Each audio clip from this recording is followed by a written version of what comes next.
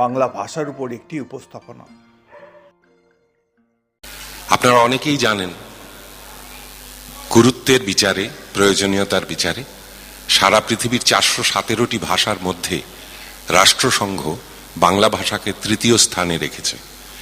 আপনারা এটাও জানেন যে এই মুহূর্তে সারা বিশ্বে প্রায় 36 কোটি মানুষ বাংলা ভাষায় কথা বলেন, বাংলা পড়েন, বাংলা জানেন।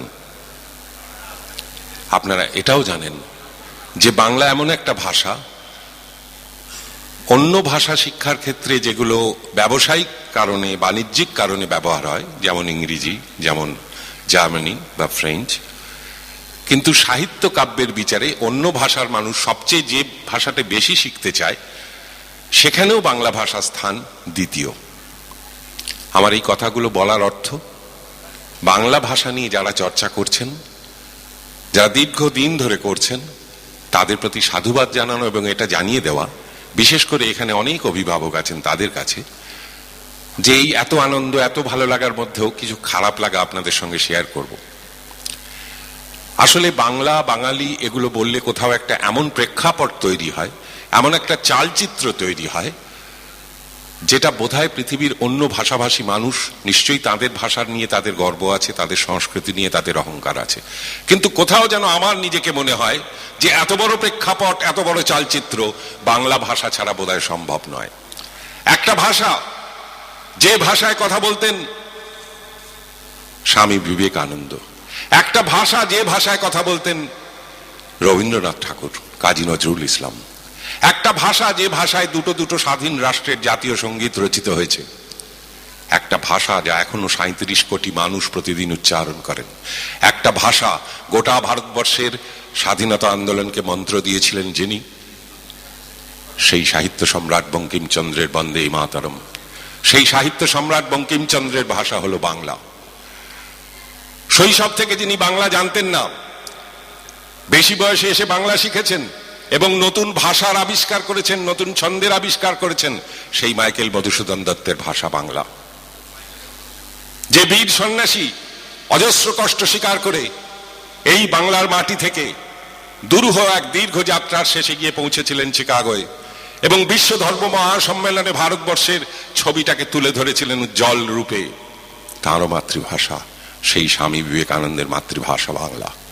সমস্ত পৃথিবীতে যে সাহিত্যকে চিরায়ত ধরা হয়, বাংলা থেকে তার দুটি একটি উদাহরণ দিতে গেলে কথা অমৃতের নাম আসে, সেই শ্রী শ্রী রামকৃষ্ণের ভাষা বাংলা। এগুলো আমাদের গর্ব, এগুলো আমাদের অহংকার। বাংলা ভাষায় যারা গান গেয়েছেন, বাংলা ভাষায় যারা নাটক করেছেন, বাংলার সাহিত্যে যারা চর্চা করেছেন, বাংলার কবিতাকে যারা সমৃদ্ধ করেছেন, তাদের কথা ভাবলে আমাদের গর্বে, অহংকারে, আনন্দে বুক ভরে ওঠে। কিন্তু যখন সামনের দিকে তাকাই, যখন আমার পরবর্তী সময়টার দিকে তাকাই, তখন দুঃখ হয়। আমি আপনাদের দু একটি ছোট অভিজ্ঞতা আপনাদের সঙ্গে ভাগ করে নেব, তাহলেই বুঝতে পারবেন কোথায় এসে দাঁড়াচ্ছি। সল্টলেকে একটা ওয়ার্কশপ হচ্ছে রবীন্দ্রসঙ্গীতের, সেখানে আমি এবং আমার অনুযোগ প্রতিম বন্ধু শ্রীকান্ত আচার্য গিয়েছিলাম। শ্রীকান্ত ব্ল্যাকবোর্ডে গান লিখে দিচ্ছিল লেখার জন্য ছেলেদের, পরে গানটা ওরা শেখাবে, শ্রীকান্ত, শ্রাবণী এরা। তো দেখা গেল পেছনের দিকে কিছু ছেলে মেয়ে লিখছে না। তা শ্রীকান্ত উঠে গিয়ে জিজ্ঞেস করলো যে বাবু তোরা লিখছিস না কেন? তাদের বাবা মারা উত্তর দিল, না ওরা আসলে বাংলাটা তো পড়ে না। তখন শ্রীকান্ত জিজ্ঞেস করলো, সে তো অনেকেই ইংরেজি পড়ে, বাংলাটা ছোটর দিকে পড়ে না, কিন্তু এইটুকু বাংলাও জানে না। তখন বললো, না না, আসলে এখানে বাংলা সেকেন্ড ল্যাঙ্গুয়েজ আছে, কিন্তু আমরা ওদের সেকেন্ড ল্যাঙ্গুয়েজ দিয়েছি হিন্দি। বাঙালি সেকেন্ড ল্যাঙ্গুয়েজ দিয়েছেন হিন্দি, মা বলছেন। শ্রীকান্ত জিজ্ঞেস করলেন কেন? বললেন, না বাংলা ভাষাটা বড্ড কঠিন, হিন্দিটা খুব সহজ। যে আরজিকর মেডিকেল কলেজের এই আরজিকর ভদ্রলোক কে ছিলেন? বিশ্বাস করুন, ব্রিলিয়েন্ট স্টুডেন্ট। মানুষকে তারা চেনে না, তার জীবনকে তারা জানে না। তাহলে ক্ষুদিরাম বসুকে তারা চিনবেন না, প্রফুল্ল চাকিকে চিনবেন না, আচার্য প্রফুল্লচন্দ্রকে চেনার কোনো প্রয়োজন বোধ করবে না এই শিক্ষা ব্যবস্থা। তাহলে সেই বাঙালি কোথায় গিয়ে দাঁড়াবে? সেই বাঙালি কি আগামী প্রজন্মে কবিতা পড়বে? কবিতা শোনবার জন্য এইভাবে সমবেত হবে এক জায়গায়? হবে না।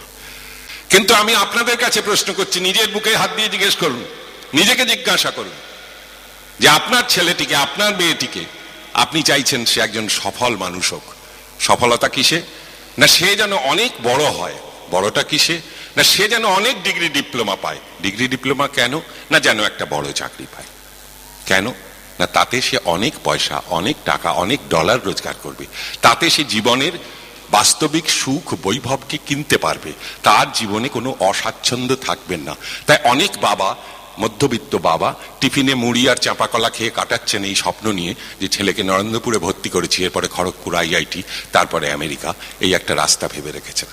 আপত্তি করছি না, আমার নিজের শৈশব অত্যন্ত দারিদ্র্যে কেটেছে। ক্লাস 10-এ পড়বার পর আমি প্রথম ফুল প্যান্ট পরার সুযোগ পেয়েছি, হাফ প্যান্ট এবং পায়জামা পরে স্কুলে যেতাম, সেটা দারিদ্র্যের কারণে, সেটা অন্য কথা। কিন্তু যে স্বপ্ন আমার বাবা মারা দেখতে চাইতেন যে আমার ছেলে বড় হোক, তাতে কোনো দোষ নেই, তাতে কোনো অন্যায় নেই। কিন্তু ওই স্বপ্নের পাশে নিজেকে জিজ্ঞাসা করে দেখুন তো, কোথাও কখনো ভাবেন যে আমার ছেলে ডাক্তার হোক, ইঞ্জিনিয়ার হোক, কম্পিউটার সায়েন্টিস্ট হোক, কিন্তু একজন বাঙালিও হোক। সে জানুক শরৎচন্দ্র কে ছিল, সে জানুক রবীন্দ্রনাথ আসলে কত বড় ছিলেন, সে জানবার চেষ্টা করুক রাসবিহারী বসু কে ছিলেন, নেতাজি সুভাষচন্দ্র 90 দিন ধরে সমুদ্রের নিচ দিয়ে গিয়েছিলেন, কেন, কোথায়? কারুর কিন্তু উৎসাহ দেখি না আজকাল আর। তাই দুঃখ লাগে, কষ্ট হয় যে এই যে চর্চা সংস্কৃতি নিয়ে, শিক্ষা নিয়ে, মানুষের ভালো লাগা নিয়ে, ধীরে ধীরে আমাদের অজান্তে সেটা ক্ষীণ হয়ে আসছে। যত বেশি হ্যারি পটার বিক্রি হচ্ছে, বাবা মায়েরা কিনছেন, তত বেশি বিভূতিভূষণ কি প্রেমেন্দ্র মিত্র কেনা হচ্ছে না। হ্যাঁ, ঘনাদা বা টেনিদাকে আমাদের ছেলে মেয়েরা চিনছে না, এইটাই দুঃখের। অনেক চরিত্র, অনেক মানুষ, তারা সফল, তাদের সম্পর্কে জানায় অপরাধ নেই, কিন্তু আমার নিজের পেছনে যে দাঁড়িয়ে রয়েছে বিশাল চালচিত্রটা, যেখানে ঝলমল করছে মণিমাণিক্য। একটা ছোট ঘটনা, এই খড়দার মাটিতে দাঁড়িয়ে হয়তো আগেও বলেছি, আজও আমি শেষ করব ওইভাবে, ওই কথাটি বলে, যে এখনো বাংলার বাইরে, ভারতবর্ষের বাইরে বাঙালিরা একটা অসাধারণ সম্মান পেয়ে থাকেন। সেটা কিন্তু তাদের ওই চালচিত্রের জন্য। কত হাজার কম্পিউটার সায়েন্টিস্ট হয়েছে, কতজন ডাক্তার হয়েছে, তার জন্য কেউ বাঙালিকে মনে রাখে না।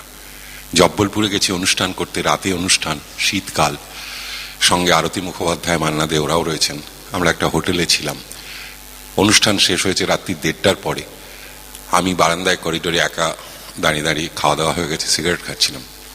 দূর থেকে দেখছি এক ভদ্রলোক আসছেন, অদ্ভুত পোশাক, ধুতি এবং ওপরে একটা মিলিটারি জ্যাকেট, এবং মনে হলো পেছনে একটা রাইফেল রয়েছে তার, আর এদিকে একটা টর্চ রয়েছে ঝোলানো ক্রস বেল্টে, এবং তিনি আমার দিকে এগিয়ে আসছেন। অত রাত, জব্বলপুর, কাউকে চিনি না, বাকি শিল্পীরাও যে যার ঘরে, আমি একা, একটু ভয়ই পেয়েছিলাম।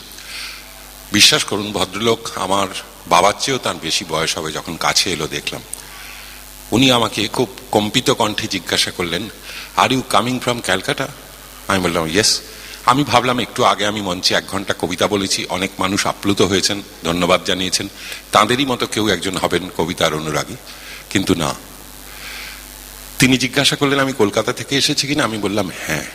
এবং বিশ্বাস করুন, সেই 90 অতিক্রান্ত বৃদ্ধ ভদ্রলোকটি হঠাৎই নিচু হয়ে আমার পায়ে হাত দিয়ে প্রণাম করতে গেলেন। আমি বললাম এ কি করছেন, আপনি তো আমার বাবার বয়সী। তখন অদ্ভুত একটা স্বপ্ন আলু চোখে আমার দিকে তাকিয়ে বললেন, you are coming from Calcutta, the land of my God. আমি বললাম হু ইজ ইউর গড? তখন উনি বললেন যে আমি আইএনএতে ছিলাম, নেতাজির সেনাবাহিনীতে, যুদ্ধে আমার একটা পা, কাঠের পা, এখন যুদ্ধে একটা পা কাটা গেছিল। আমি নেতাজিকে দেখেছি, আমার আর ঈশ্বরকে দেখার দরকার হয়নি। আমি নেতাজিকে দেখেছি, ভারতবর্ষের আর কাউকে আমার চেনার দরকার হয়নি। অত বড় মাপের মানুষ, সেই দেশ থেকে, সেই মাটি থেকে আপনি আসছেন, আপনার পায়ে সেই মাটির ধুলো আছে, তাই আপনার পা ছুঁয়ে আমি আমার ভগবানকে প্রণাম করতে চাইছি। আমার চোখে জল এলো। ভাবলাম আমরা তো হীন, অতি সাধারণ মানুষ, কিন্তু বাঙালি সারা পৃথিবীর কাছে আজও এইভাবে সমাদৃত শুধু তার ওই অতীত কর্মকাণ্ডের জন্য, ওই ভয়ঙ্কর বড় হয়ে ওঠার জন্য। আমাদের ছেলে মেয়েকে আমরা শুধু পয়সায় বড় করতে চাইছি, বৈভবে বড় করতে চাইছি, বিলাসে বড় করতে চাইছি। সে বড়টা কি সত্যি বড়? একটু বাবা মায়েরা ভেবে দেখবেন। স্কুল টাইমে মায়েরা বাচ্চাদের নিয়ে যান, আমি নিজে কানে শুনতে পাই একজন মা তার বাচ্চাকে বলছে যে কালকে টিফিন দিয়েছিলাম, তুই অন্যকে কেন দিয়েছিস, তুই নিজে খাসনি। কালকে যদি দেখি যে তুই অন্যকে দিয়েছিস, তোকে কিন্তু ভীষণ মারবো। একটা মা তার ছেলেকে শিখিয়ে দিচ্ছে কাউকে দিও না, নিজে খাও। সেই ছেলে বড় হয়ে ওই মাকে বৃদ্ধাশ্রমে পাঠিয়ে দেবে যে এই বুড়িটা আমার বাড়িতে কেন, এই বুড়িটা আমার বাড়িতে কেন, আমি রোজগার করছি, আমি খাবো। আমার কে শেখালো? কে শেখালো? মা শেখালো। একটু মায়েরা ভাবুন। আমি স্কুলে পড়েছি, হায়ার সেকেন্ডারি পরীক্ষা দিয়েছি, পরে গ্রাজুয়েশন করেছি, আমার মা কোনোদিন আমার স্কুল কলেজ দেখেননি। এখন প্রতিটি স্কুলে গিয়ে দেখুন মায়েরা সকাল থেকে সন্ধ্যে অবধি স্কুলে বসে আছেন। কেন না ছেলে তার ভেতরে স্কুলে পড়াশোনা করছে, তিনি ছেলেকে সঙ্গে নিয়ে ফিরে যাবেন। জানি না এই কালচার, এই সংস্কৃতি কোথা থেকে এলো এবং এতে করে ছেলেদের কি উন্নতি হচ্ছে। চতুর্পাশে যুব সমাজের মধ্যে যে অবক্ষয় দেখতে পাচ্ছেন প্রতিদিন, প্রতি মুহূর্তে, গোটা পৃথিবীর কাছে বাঙালিকে লজ্জায় মাথা নিচু করতে হচ্ছে। একটু মায়েরা ভেবে দেখুন, একটু ছেলেদের ফুটবল খেলতে দিন। বিবেকানন্দ বলেছিলেন গীতা পড়ার চেয়ে ফুটবল খেললে বেশি লাভ হয়। একটু খেলাধুলো করতে দিন। একটা অনুষ্ঠানে আমি গিয়েছিলাম, পিকে ব্যানার্জি ছিলেন আমার সঙ্গে, কিংবদন্তি ফুটবলার। ফুটবল খেলার ফাইনাল খেলা ছিল, আমি নিজে ফুটবল প্রেমিক, সেই হিসেবে আমন্ত্রিত ছিলাম। সেখানে একটি ছেলে দুবার গোল দিল না। প্রদীপদা আমাকে বললেন, তুই খেয়াল করলি ছেলেটা ইচ্ছে করে গোল দিল না? আমি বললাম কেন বলুন তো? বললো দুবারই কিন্তু ওর লম্বা ছেলে, লাফালেই মাথাটা ছোঁয়ালেই গোল পায়, কিন্তু সরে গেল। ইন্টারভ্যালে ছেলেটাকে ডেকে প্রদীপদা বললো, তুই কি রে, দুবার দুটো ক্রস এলো, মাথা ঠেকালেই তো গোল, তুই মাথা সরালি কেন? বললো বাবা এমনিতেই ফুটবল খেলতে দিতে চায় না, তার উপরে বলেছে বাবা খেলতে দিতে পারি একটা শর্তে, তুমি হেড দেবে না। হেড দিলে নাকি মাথা গন্ডগোল হয়ে যেতে পারে, পড়াশোনা খারাপ হয়ে যেতে পারে। তা প্রদীপদা বললো, দেখ আমি তো এত হেডে গোল করেছি, এখন অব্দি তো মনে হয় না আমার মাথাটা বিগড়ে গেছে। তো একটু বাঙালিরা ভাবুন কি জায়গায় চলে গেছেন, কি করছেন ছেলে মেয়েদের নিয়ে। এই অবিমৃষ্যকারিতার মিছিল যদি চলতে থাকে, এইভাবে বিস্মরণের ঐতিহ্য যদি গড়ে তোলেন, ঘরে ঘরে যদি রবীন্দ্র চর্চা বন্ধ হয়ে যায়, ঘরে ঘরে যদি সাহিত্য সংস্কৃতির আসর বন্ধ হয়ে যায়, ওই টিভির সিরিয়ালটাই সবটুকু কিনে নেয়। এটা মনে রাখবেন যে টিভিতে সিরিয়াল যারা বানায় তারা বোকা নয়। অনেক রুচিবান মানুষ বলেন যে টিভিতে যেগুলো দেখায় ওগুলো আমাদের জন্য না, তৃতীয় শ্রেণীর লোকেদের জন্য, আমি দেখি না। কিন্তু কখনো ভেবে দেখেছেন কি যে এই তৃতীয় শ্রেণীর লোকেরা কারা? একজন চিত্র পরিচালক আমাকে বলেছিলেন যে আপনি যে গল্পটা বলছেন এটা নিয়ে আমি ছবি করব না। আমি কেন? বললো এটা করলে আপনি দেখবেন, আপনার মতো লোক কটা শহরে? 100 জনের মধ্যে 12 জন। তাহলে বাকি যে লোকগুলো রইল, আমি ওদের জন্য বেদের মেয়ে জ্যোৎস্না বানাবো, আমার পয়সা হবে। তাহলে শিক্ষা, স্বাস্থ্য, পরিবহন যেখানে যাবেন শুধু মাফিয়া রাজ, পয়সার গল্প। কি করে পয়সা আসবে তাই। একটা নামি দামি স্কুল, ক্লাস 5 থেকে আমরা তো 10 টাকা মাইনে পড়েছি, কি জানি তাতে বড় কতটা অমানুষ হয়েছি জানি না। কিন্তু এখন তো প্রতি সাবজেক্টে 3টে করে টিউটার লাগে। ডাক্তারের কাছে যান, সেখানেও তাই। আপনার ডান দিকের নাকে ব্যথা হলে বাঁ দিকের নাকে স্পেশালিস্ট ওটা দেখবেন না, উনি বলবেন বাঁ নাকের জন্য আলাদা স্পেশালিস্ট আছে। কত রকম ভাবে বাঙালিকে শোষণ করা যায়, কত রকম ভাবে গাধা বানানো যায়, তার একটা প্রতিযোগিতা গত কয়েকটা দশক ধরে চলে আসছে এবং আমরা তার শিকার হচ্ছি। সবচেয়ে ভাবতে অবাক লাগে, আমি আমার এক বন্ধুর ছেলে, সে সম্প্রতি ইঞ্জিনিয়ার হয়েছে এবং বিদেশে চাকরি পেয়েছে।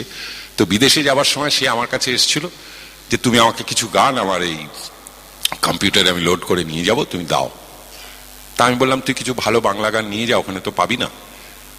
তার উত্তরে আমাকে বললো, হ্যাঁ বাংলা মানে ওই তুমি 2-1টা রবীন্দ্রসঙ্গীত দিতে পারো, আর তোর শোনো তুমি কিছু বরং আমাকে দাও, ফোক গান দাও, ওই বিহার, উত্তরপ্রদেশ ওইসবের। আমি বললাম তুমি বাউল, ভাটিয়ালি? না ওগুলো ভাল লাগে না। এবং অবাক কাণ্ড, আমি বললাম হেমন্ত মুখার্জির কিছু গান নিয়ে যাও, ওখানে অনেক বাঙালি শুনতে চাইবে, তুই শোনাতে পারবি। বললো হেমন্ত মুখার্জি, সন্ধ্যা মুখার্জি, হ্যাঁ এইগুলো হয় না তুমি। আমি বললাম কোনটা গান? বলে ও একটা শোনালো আমাকে, সেটা গান মনে হলো না, মেশিন গান মনে হলো। কবিতা লিখতে গেলে একটা ভালো ঘটনা আমাকে আনন্দ দিল যে বিশাখার মেয়ে, সে এই প্রজন্মের, সেও বাংলা কবিতা লিখছে। এটা বিশাখা এবং তাদের এই পরিমণ্ডলে থাকার ফল যে সে বাংলাকে ছাড়লো না, বাংলাকে ধরলো আরো। আর আমাদের ছেলে মেয়েরা, মায়েরা বলছে যে বাংলাটা বড্ড কঠিন বলে আমি বাঙালির ছেলে, আমার ছেলেকে বা মেয়েকে সেকেন্ড ল্যাঙ্গুয়েজ হিন্দি দিয়েছি, হিন্দিটা সহজ। এই প্রেক্ষাপটে দাঁড়িয়ে এতগুলো কথা বললাম।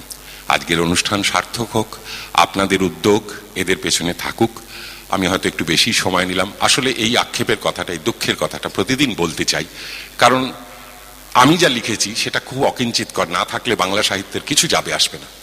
কিন্তু বাঙালি জয় গোস্বামীকে ভুলে যাবে, শক্তি চট্টোপাধ্যায়কে ভুলে যাবে, বাঙালি বঙ্কিম, শরৎ, রবীন্দ্রনাথ পড়বে না? এইরকম একটা স্থিতি, এইরকম একটা অবস্থান আসতে চলেছে আগামী প্রজন্মের কাছে। একটু মায়েরা ভাবুন, একটু বাবারা ভাবুন। নমস্কার।